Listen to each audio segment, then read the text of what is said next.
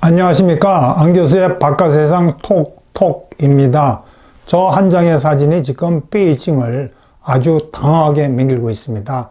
랄프 버킷 대령은 지금부터 70여 년 전 1950년 11월 달에 청천강전투에서 중공군, 인민해방군 한 수백 명이 세 차례 파생 공격을 자기 몸에 세 군데 총알을 맞으면서 허벅지하고 그냥 총알 세 방 맞은 겁니다. 끝까지 그냥 60여 명의 부하를 데리고 그 고지를 사수하다가 이제 후퇴하는데 자기 부하한테 뭐라고 명령했냐면 나를 여기다 남겨놓고 하라. 나는 못 움직이니까. 이것은 명령이라고 말했는데 부하 장병 2명이 그냥 그 고지에서 질질 끌고 내려왔어요. 그럼 총알 3방 맞고 막 피 흘렸는데 질질 끌고 내려왔으니 온몸이 어떻겠습니까? 그래갖고 미국에서 11개월 동안 무려 입원해갖고 이렇게 총상을 치료를 받았는데 94살에 백악관에서 이제 명예훈장을 받는데 메달 오브 어너 저거 대단한 겁니다. 저거 받으면 그냥 인생 끝납니다. 그냥 연금 가산되고 뭐 평생 미국 군용비행기 공짜로 타고 의료 혜택 거기다 더 멋있는 거는 저 메달 오브 어너 받은 사람이 따고 오면 예비역 대령이라도 장군이 격려해야 됩니다. 그 다음에 두 번째 공공집회 있지 않습니까? 정부가 주관하는 행사에 메달 오브 어너 받은 사람이 따고 오면 어나운스를 해야 됩니다. 조금 이 행사에 랄프 버킷 명예훈장을 받은 대령께서 오셨습니다. 그러면 전원이 일어나서 박수치고 그래야 돼요. 제가 여러 번 하고 생각하고 싶은 거는 왜 6.25 때 낙동강 전선에서 북한 공산군하고 싸운 미국의 노병도 많을 텐데 왜 하필이면 문재인 대통령 앞에서 중공군하고 차이니스 아미하고 싸운 버킷 대령을 워싱턴이 내세웠을까요? 이게 제가 여러 번 하고 이야기를 나누려고 하는 핵심입니다. 베이징을 아주 당황하게 한 워싱턴이 치밀하게 계산한 전략적 이벤트입니다. 한국 전쟁에 대해서 잘못된 역사 인식을 가지고 있습니다. 중국은 뭐라 그러냐면요. 시진핑 주석이 인민해방군 건군 행사에서 이렇게 얘기했습니다. 항미 원조 정쟁, 미 제국주의의 침략에 맞서서 북조선을 도운 정의로운 전쟁에서 승리해 차이나의 국위를 떨쳤다고 이렇게 이야기하는데 저것은 완벽한 역사 왜곡입니다. 자, 하나하나 꼽아볼까요? 누가 먼저 침략했습니까? 1950년 6월 25일 저건 중국의 지원을 받은 북한 공산군이 먼저 남침했어요. 그 당시에는 한반도에 미군이 없었습니다. 미군이 없었어요. 그 다음에 저 사진은 쫙 이렇게 낙동강까지 밀어붙였다가 이제 유엔군이 참전하면서 쭉 유엔군이 치고 올라가니까 1950년 가을에 이제 이 압록강을 넘어서 이제 이 인민해방군이 이렇게 들어오는 사진인데, 자, 그럼 이게 과연 정의로운 전쟁일까요? 저 용산의 전쟁기념관에 가시면 저런 사진이 있어요. 6.25에 참전한 인민해방군 중공군 병사들이 입던 신발입니다. 그 호가 영하 30도, 40도에서 싸우는데 운동화를 줬습니다. 운동화. 국공내전에서 이제 쫙 장개성 군대가 계속 남쪽으로 밀리지 않았습니까? 그러니까 마지막에 사천성, 운남성 이런 데서 장개석 군대가 많이 집단 투항을 했답니다. 여러분, 집단 투항을 뭐냐면은 부대 단위로, 사단 단위로 뭐 5만, 10만이 그냥 항복해버린 겁니다. 이 집단 투항한 장개석 군인들을 마오쩌둥 군대로 편입을 시켰는데 그들이 잘 아는 항미 원정에 들어간 많은 군인들이 오리지널 마오쩌둥 항일운동하던 그런 군인이 아니고 장개석 군대에 있다가 집단 투항한 군인들이에요. 그러니까 이런 식으로 이제 뭐 사천성 저장성이 남쪽 아닙니까? 거기다 이제 전문을 보내고 10월 며칠까지 뭐 심양역으로 집결해 그러니까 이 군인들은 뭐 하는지도 모르고 10월 중순이면 날씨가 그냥 춥지 않으니까 그냥 평상복 입고 올라온 겁니다. 그 군인들을 내복을 안 입히고 방 하나를 안 주고 그냥 투입하니까 그 북경에서 온 중국 학자입니다. 학자 그러더라고요. 뭐 통계가 왔다 갔다 하죠. 18만 명의 중국의 젊은이들이 압록강을 건너갔다가 중국으로 돌아오지 못했는데 사실 유엔군, 미군이나 국군의 총에 맞은 중국의 젊은이보다는 아사하고 동사한, 그러니까 얼어 죽고 굶어 죽은 중국의 젊은 군인들이죠. 인민해방군들이 많다고 이야기하더라고요. 두 번째, 이렇게 압록강을 넘어서 들어오지 않았습니까? 38선을 넘어서부터는 대한민국 영토를 침략한 거거든요. 남의 나라 영토를 침략해갖고, 저 사진은 제가 여러분한테 몇 번 말씀드리지만, 대한민국 서울을 점령하고 지금 경복궁 자리에 있었던 중앙청 앞에서 환호하는 중공군, 차이니스 아미의 모습입니다. 추운 겨울날, 우리 142 때 그러면 연세 많으신 분들이 가지만, 이 수많은 한국인들이 피난을 가서 엄청난 고통을 당하고 피해를 입었거든요. 여기 이런데 이게 왜 정의로운 전쟁입니까? 그리고 역사적으로 밝혀진 사실이지만 평택까지 중공군이 몰아붙였을 때 워싱턴이 한반도에서 철수하는 계획까지 세웠답니다. 뭐 아차했으면 그냥 대한민국이 세계 지도에서 없어질 뻔했어요. 그런데 이제 거기서 극적인 전환이 벌어진 게 뭐냐면 지평리 전투입니다. 여러분 이제 양평 다음에 지평리라고 있는데 한번 가보세요. 이제 지평리 전투, 이제 프랑스군 참전 충원비가 있는데 이 막 일사천리로 밀어붙이는 인해전술에 중국군이 이 전술이 유엔군이 계속 물리다가 1951년 2월 초에 저 지평리 전투에서 처음으로 중공군의 인해전술을 막아냈어요. 그때 미 2사단 23연대 미군들하고 프랑스 대대하고 한 5천 명이 중공군 4개에서는 5만 명을 1대 10인데 이걸 막아내는데, 여러분 이제 지평리 전투를 생각하면 꼭 기억해야 될 사람이 프랑스의 몽클라르 중령입니다. 그때 대대장이었어요. 그러니까 중령이거든요. 저 몽클라르 중령은 전 재미있는 사람이, 우리가 잘 아는 프랑스 웨인 부대 출신이고 항독 레지스탕스 운동다 그랬는데 현역 별 3개였습니다. 그런데 프랑스 정부가 이 코리아에 일개 대대를 보내겠다니까, 야야야, 내가 그냥 갈게. 4계급을 스스로 강등, 중령으로, 왜냐면 대대장은 중령이 지휘하거든요. 중령을 강등하고 온 사람입니다. 거기서 이제 이 중공군은 물리쳤는데, 한 1개 대대 규모의 프랑스 대대가 이게 백전노장에 거의 프랑스 최정의 외인 부대 출신이고 전투 경험이 많고, 여러분 영화에서 보시면 하지만 프랑스군인 말입니다. 이 백병전을 잘합니다. 근데 그 다음에 또 제일 중요한 포인트는 항미 원조 전쟁에서 승리해서 국위를 떨쳤다 그러는데, 여러분 역사적으로 보면요, 이 차이나는 아주 미묘한 한반도 징크스가 있습니다. 하여튼 역사적으로 압록강 너머로 자기 나라 군대를 보내서 재미 본 적이 없어요. 구한말에 조선이 혼란스러울 때 청나라의 위안스카이가 수천 명의 청나라 군대를 데리고 한양에 들어와서 엄청나게 거드름을 피웠다 합니다. 가뜩이나 이 조선을 먹고 싶어서는 안달이 나 있는 일본한테 조선으로 군대를 보내는 출병의 빌미를 줘갖고 한반도에서 청일전쟁으로 한판 붙지 않았습니까? 결과적으로 참패해가지고 굴력의 시노모세키 조약을 맺지 않았습니까? 차이나는 역사적으로 이 같은 한반도 징크스가 있는데, 그들이 말하는 항미 원조전쟁도 한반도 징크스의 예외가 아니에요. 국제사회로부터 고립돼 주계장막 속에 갇히니까 자력경생 해보겠다고 대약진 운동을 벌였습니다. 15년 후에는 철강센산에서 영국을 따라잡자 그러면서 인민공사마다 이렇게 조그만 용광돌멩이를 갖고 이 고철 있지 않습니까? 끝에 가서는 소 농민들이 농사짓는 쟁기 이런 것까지 다 집어넣고 난리치다가 결과적으로 약 한 3천만 내지 4천만 명의 인문을 굶어 죽였답니다. 이런 대재앙을 겪었고요. 그다음에 또 문화대혁명. 유엔으로부터 침략자로 낙인 찍은 것은 그렇다고 치더라도 돈 북조선으로부터는 좀 대접받아야 될 거 아닙니까?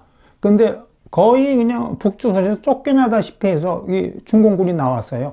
1956년에 종파사관이라는 게 북한에 있었습니다.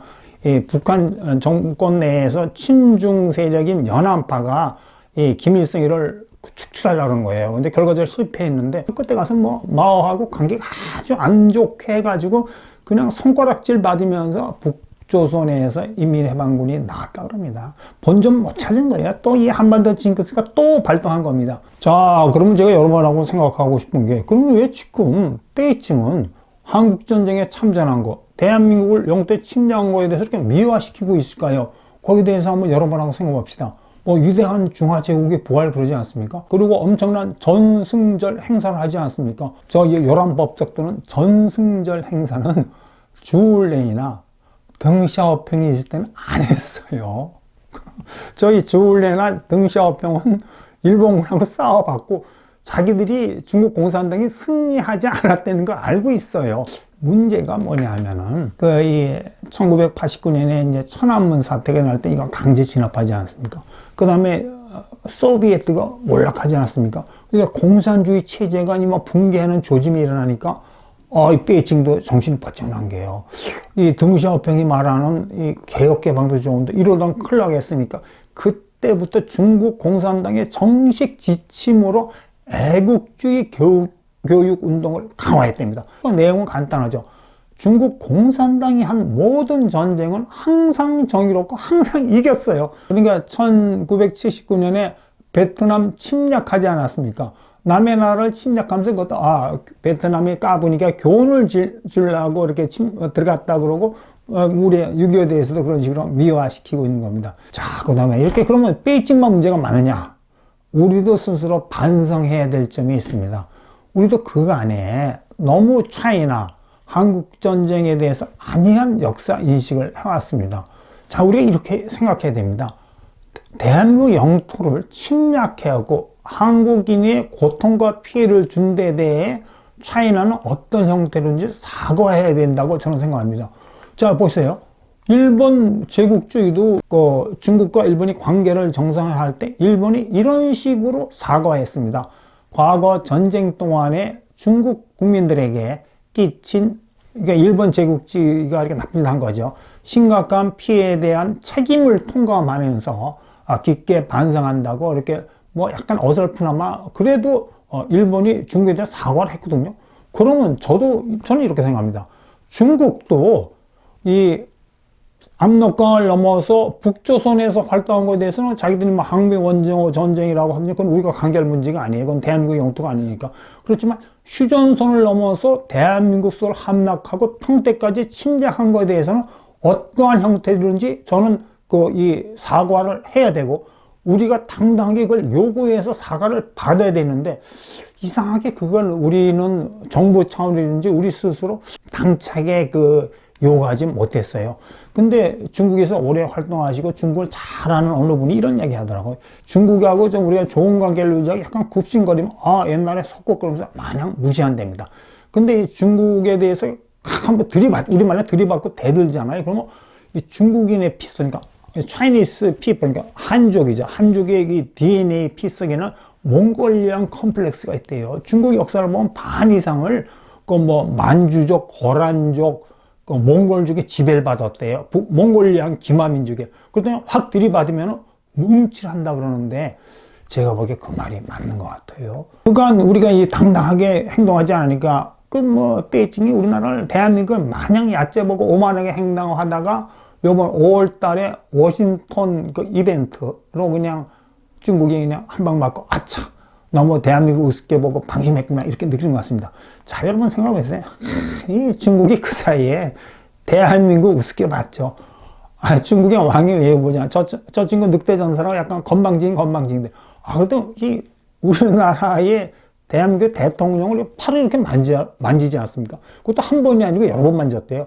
근데 외교 관계에서 절대로 상대국의 국가원수는 이유야를 막나라고 만지면 안 됩니다. 악수하기 전에는.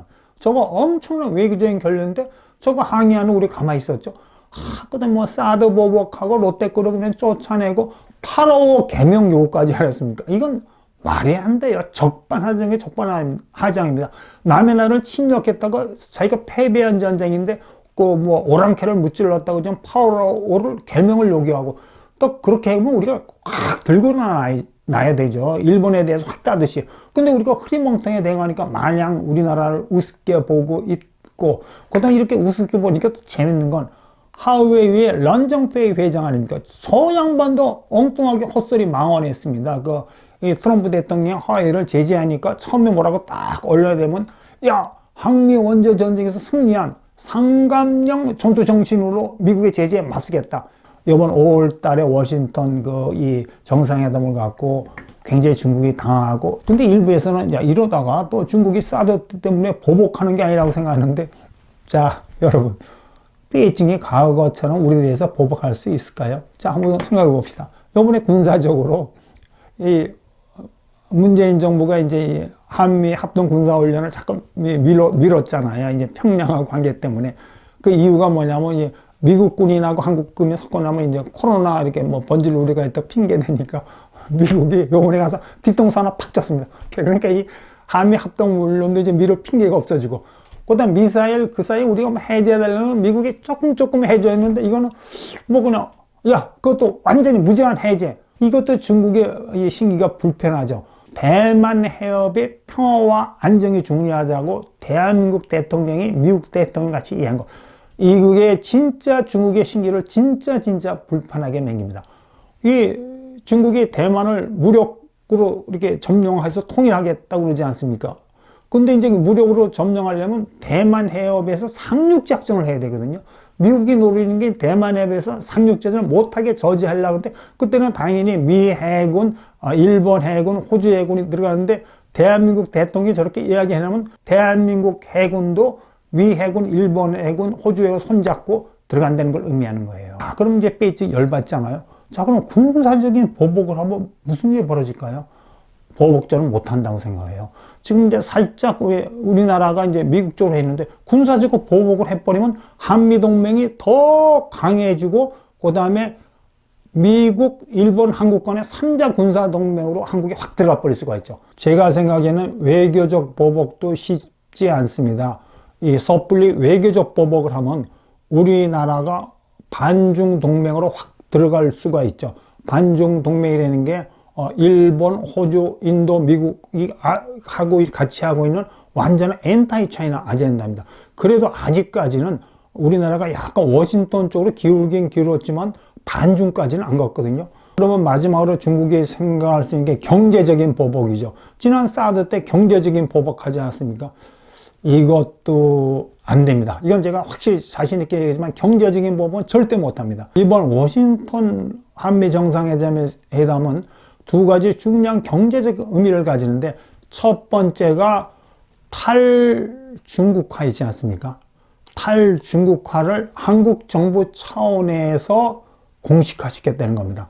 그 사이 실제 우리 기업 차원에서는 중국 정부 눈치 보면서 슬슬 뭐 이렇게 삼성전자가 베트남으로 옮기고, LG가 뭐 인도, 현대자동차가 이렇게 인도네시아로 가고 그랬거든요. 중국 정부 눈치 봤는데, 이번 한국 정부 차원에서 중국보다는 미국하고 경제협력을 하겠다. 이거는 엄청나게 한국 기업한테 많은 이 시그널을 보낸 거거든요. 그러면 한국 기업의 탈중국화가 굉장히 가속화되고 굉장히 공식화되는 거고, 두 번째는 반도체, 자동차 배터리, 바이오, 친환경 자동차에서 이제 미국하고 산업 동맹을 하겠다는 겁니다. 산업 협력도 아니다. 산업 동맹을 하고, 이 동맹이 협력하고 동맹의 차이가 뭐냐면, 이게 미국이 절실하게 한국의 이런 어떤 하이텍 산업을 필요로 하는 거예요.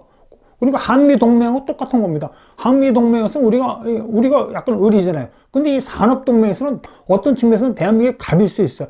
이런 식으로 확 어떤 경제협력의 패러다임이 바뀌는 겁니다. 그런데 만약에 섣불리 중국이 경제적인 보복을 하면은 앞에 많은 것뿐만이 아니고 반도체.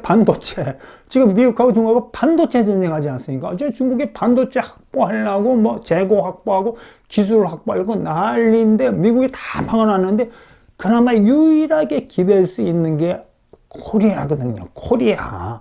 근데 이거 섣불리 한국 기업 건드렸다가 그냥 반도체 공급이 끊기면 중국 제조업은 끝나는 겁니다. 지금까지 말씀드린 걸 한마디로 요약하면은, 솔직히 말해서 그 사이 차이나는 베이징은 대한민국을, 코리안 피플, 한국인들을 너무 얕잡아 보고 막 오만하게 행동했죠. 요거를 벗어나야지만 두 나라 국민이 서로 마음의 문을 열고 소통하고 협력하고 옛날처럼 좋은 관계로 갈 수 있는데, 그러기 위해서는 그들이 미해하는 한미 원조 전쟁에 대한 잘못된 역사 인식을 바로잡고, 일본이 과거 중국에 대해서 잘못한 것을 사과했듯이 중국도 대한민국 영토를 침범한 것, 30발도를 넘어서 수도 서울을 함락한 것에 대해서는 어떤 형태든지 사과를 해야 된다고 생각합니다. 그리고 마치기 전에 한마디만 하겠습니다. 랄프 퍼킷 대령이 이제 명예훈장 받고 뭐라 그랬냐면요. 야, 내가 뭐 일본에서도 있었고 독일에서도 있었고 콜롬비아, 베트남에서 다 있어 봤는데 코리아처럼 이렇게 틈만 나면 고맙다고 많이 말하는 나라는 없다고 이렇게 이야기했습니다. 이 한국, 대한민국 을이 있는 나라입니다. 아까 말한 지평리 전투 있지 않습니까? 을이 프랑스지만 또 대한민국 을이 이렇게 지평리 전투에 참가했던 노병들을 다 이 한국으로 초청해갖고 다 우리가 고마움에 보답하고 전 세계에서 이 한국에 와서 6.25 때 도와준 나라 모든 참전 용사들한테 지금 살아계신 분들은 대한민국 정부가 어떤 형태든지 다 보답을 했습니다. 저건 여러분 안데스 산맥에 가면 콜롬비아 수도에 저 석가탑이 있어요. 우리나라가 이 콜롬비아도 일개 대대를 보냈거든요. 고맙다고 저 석가탑같이 우리가 지어준 겁니다. 의리의 대한민국입니다. 자, 그럼 오늘 여기까지 하겠습니다. 대한민국 원더풀입니다. 감사합니다.